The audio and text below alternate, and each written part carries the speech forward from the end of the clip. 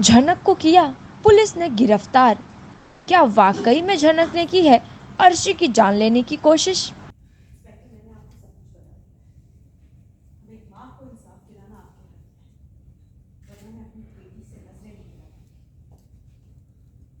उन्होंने आप पे इल्जाम लगाया कि आपने अर्शी मुखर्जी को जला के मारने की कोशिश की।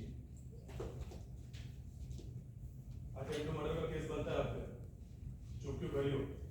जवाब दो।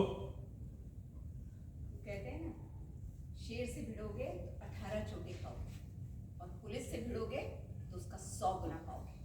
झनक, ये झूठ तुम्हें बर्बादी के रास्ते पर ले जाएगा। जी हाँ, आपको बता दें कि झनक के ऊपर बहुत बड़ा खतरा मंडरा रहा है। जहां पैर तो अर्शी के जले हैं, लेकिन पूरा इल्जाम बेचारी झनक पर आ गया है। स्टेटमेंट दे दिया और जो कुछ आपने बोला ना, वो वैसा मैंने कुछ भी नहीं किया सर।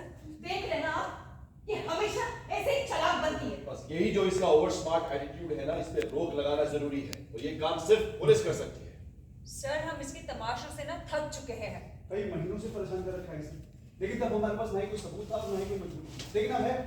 सर, इस लड़की ने सच में अर्शी को मारने की कोशिश की। हम सब थे वहां पर, उसकी शादी हो रही थी सर, लेकिन बेचारी अब हॉस्पिटल में एडमिटेड है। पता नहीं उसके साथ क्या होने वाला है, और ये सब कुछ इस लड़के की वजह से है। और अगर अब हमने इसे माफ कर दिया ना, तो हम अर्शी के साथ नजरें नहीं मिला पाएंगे सोसाइटी में।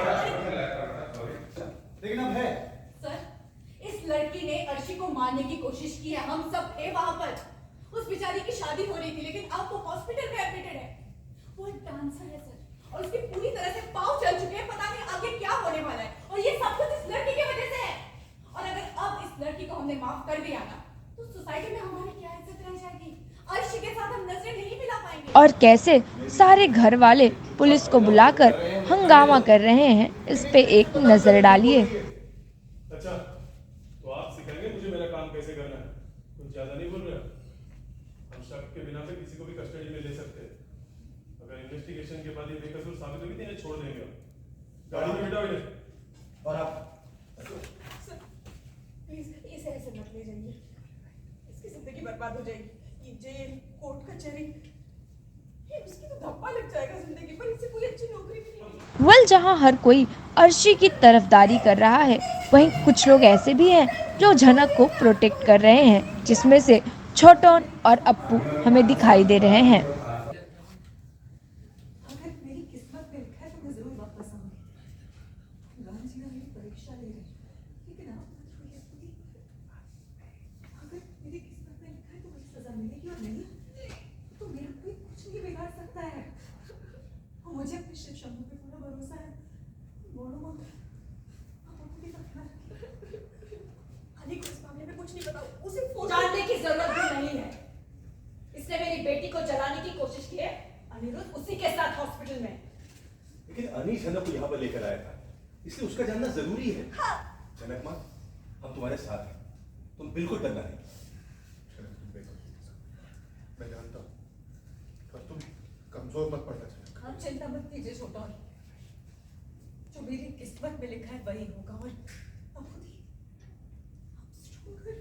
हालांकि अप्पू की मॉम आकर ये भी कहती है कि अनिरुद्ध यहाँ नहीं है, इसीलिए उसके आने तक का इंतजार किया जाए, क्योंकि इस घर में झनक को वही लेकर आया था। पर उनकी भी बात कोई नहीं सुनता और सब झनक को पुलिस के हवाले कर देते हैं। कस्टडी में ले सकते हैं। इन्वेस्टिगेशन के बाद अगर ये बेकसूर साबित होगी तो छोड़ देंगे इन्हें। और आपके इस कदम से जिस लड़की पर मेंटल ट्रॉमा होगा, समाज में जो उसकी बेइज्जती होगी, उसका क्या? उसकी भरपाई कैसे करेंगे आप? प्लीज अपना काम। साथ ही इस बात को लेकर अर्शी की माँ और अनिरुद्ध की माँ झनक को क्या क्या कह रही हैं, ये भी सुनिए। अर्शी और अनिरुद्ध के रिश्ते को बर्बाद करने की कोशिश की है। 100 बार ये घर छोड़ के गई और वापस आई है। मुझे समझ में नहीं आता, आप हमेशा इसे सपोर्ट क्यों करती है? हाँ, तमीज से बात करिए सृष्टि जी। इस मैटर में आपको बोलने की जरूरत नहीं है, आप चुप रहिए। और मुझे तभी सिखाने वाले आपको अपना काम करने दीजिए, बीच में मत बोलिए।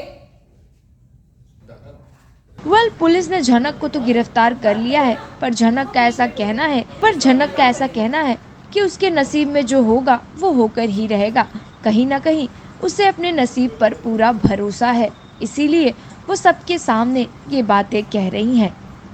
वेल, देखना ये होगा क्या वाकई में अब झनक पर अनिरुद्ध यकीन करेंगे या फिर झनक को ही गुनहगार मानकर उसे हवालात में ही छोड़ देंगे। And for more such telly town updates, stay tuned with just showbiz.